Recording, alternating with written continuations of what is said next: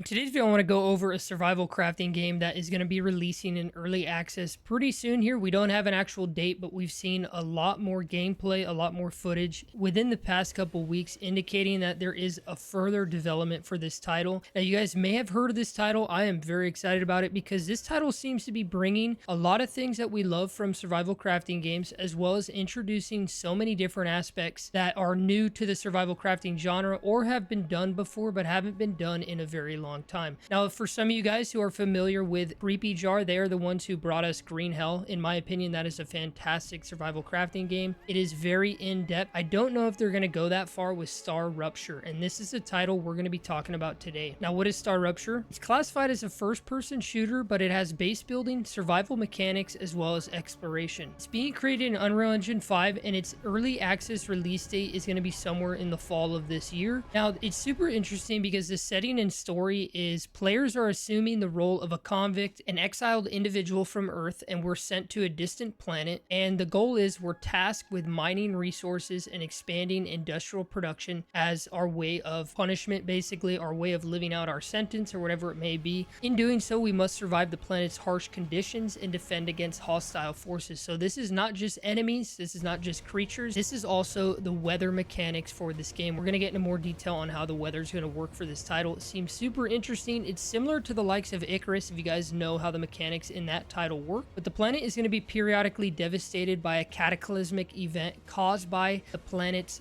unstable star, which is called Ruptura. And basically the star is going to explode and have all these explosions periodically as you're playing, which is going to impact the weather, impact the climate, impact the type of enemies, as well as hurt your production, ruin aspects of the terrain around you and the landscape. We're going to have ever-changing terrain as we go through the map. Now, the inspirations for the game's environments has been said by the developers to draw heavily from Iceland's natural landscape, as well as featuring elements like basalt columns and volcanic terrain. So there's going to be a little bit of volcanic aspects to it, as well as swamp areas, very heavily green zones with no wildlife whatsoever. Now, the core gameplay features, this is probably the biggest point we'll go over here in the video, is base building is going to be a big aspect of the title. Now, this survival crafting game is going to lean a little bit towards satisfactory in games of that title. Now, the reason being is the whole idea is we're sent to this planet and we're here to process and gather different materials, different plant life, different ores. So the construction and expansion of bases are there to support our survival as well as resource processing. Big goals are resource management, mine and process materials to develop complex industrial systems, which we will then send back to Earth with these rockets and different systems to these different corporations down on Earth that want to make some money and gain these resources, which will then give us different upgraded crafting materials, expand our base, and give us better gear overall.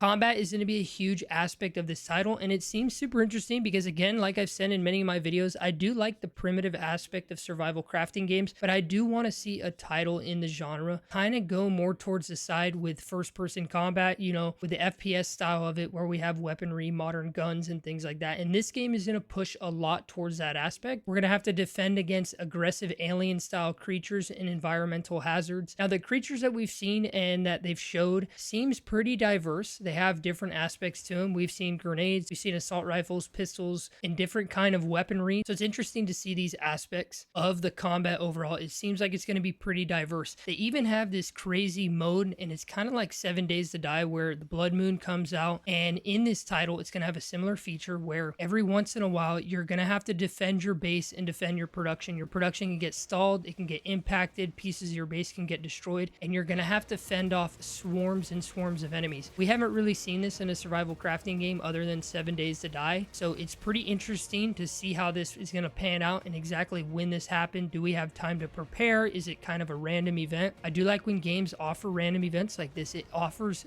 a different, diverse play style and throws a little bit of a curveball our way. Exploration is going to be a big part of the game. We're going to discover vast open worlds rich in resources, secrets, remnants of previous expeditions. So previous teams that have gone to the planet to excavate all these different different materials. We're going to be able to find their bases, find them, get different gear from them. There's also underground taverns, underground bases, and things like that for us to find and explore. Now, overall, the survival mechanics that this game will have on offer is, your basics: manage health, hunger, thirst, toxicity. Armor is going to be a system. While navigating the planet is dangerous. A cool thing that I've noticed with watching all the videos, it seems like this game will have independent skills. So combat will be a skill, production will be a skill, finding different resources, endurance. So I do like when survival games have independent skills based off of everything that you do, which also gives us independent experience that we will gain for these skills. And the mobility in this game absolutely looks beautiful. They have dashes, they have double jumping, there's sliding. There's so many mechanics when it comes to the movement that I really like. A lot of games are really up in the game with the movement systems that they're implementing, and to see it in a survival crafting game, I am super excited about it. Now, I am not one to fully focus on, the production aspect of games, and, Satisfactory is a great game, but to have that blend with a survival crafting game is going to be interesting. I want to have a good enough balance because you're going to build up a base, you're going to have to get resources, independent for you, the player, as well as if you're playing with a team, to be able to build up your characters and your character's gear, but also to build up your production overall. So there's going to be kind of like an independent system where, you're gathering materials and you're crafting for yourself and your own progression as a player, as well as your progress through crafting overall to send materials back down to Earth. Now, this is when we talk about the dynamic weather system in the world. There's going to be elemental cataclysms, meaning the planet will undergo extreme temperature shifts, including fiery infernos, freezing cold storms, as Rupturas, the planet's unstable star, affects the environment overall. And you can see it in this scene where a massive firestorm is coming their way and these guys have to run in their base, get into the airlock, and just wait it out.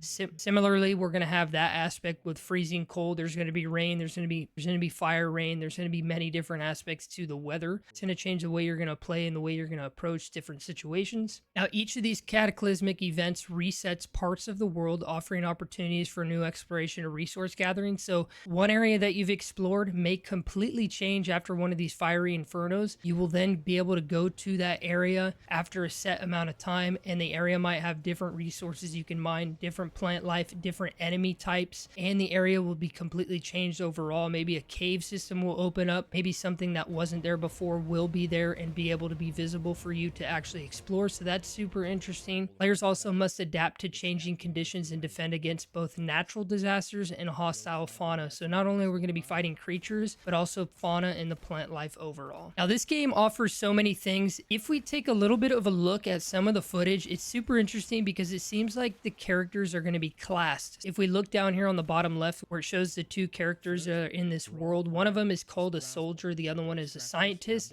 So it kind of seems like we're going to be able to have somewhat of a class-based system where we could choose a base class. You want to be a soldier, you want to be really good with guns, you want to have better physical stats, or things like that. You can choose the soldier or you can choose the scientist to be able to have higher skills when it comes to crafting your production resources and all of that. So when you're playing with co-op, it's going to be cool to diversify and maximize the efficiency of your team by having multiple people choose different classes. And I think the skill trees, we haven't really seen it, but I think the skill trees are going to kind of play into this style. You could be a soldier and still have really high scientific skills. You could be a scientist and be really good with firearms. So we're going to be able to mix and match. This is another thing that we haven't seen in a survival crafting game. So this title seems to be bringing a lot to the genre overall. It's a little bit different. It's first person. It's futuristic. It has a different kind of a weird concept to it. There's a production aspect to it. So there's a lot of interesting things this game has on offer, and I'm super excited about it. If you guys haven't, check it out. It's available on Steam to wishlist. The developers are talking in the community. They're doing blog posts very frequently on updates. So they're very talkative. And I don't know if you guys have ever played GreenHell, but GreenHell is an amazing survival crafting game. The base building system is super unique and it has a lot of unique mechanics. I will tell you, it's one of the harder survival crafting games I've ever played, with how intricate poison system is, how intricate the healing system is, and all the different elements. You can get stung by bees, you can get poison oak, you can get bit by snakes, and you could die very easily from that. You have starvation and all those things. So seeing how old GreenHell is, and for Creepy Jar to be now making a new title, a little bit more of a futuristic feel, I'm excited to see what they're going to bring to the table. Let me know if you guys are interested in this game. Have you guys heard of it? Are you guys excited now with this showcase? Wishlist it on Steam if you haven't. I'm just excited about it. we'll be covering it here on the channel as we get more information on it. And when it releases, we're going to be covering it completely. I hope you guys enjoyed this video. If you did, drop a like on it, as that's the best way to help me and the channel grow. And as always, stay happy, stay hyped, and have a beautiful day.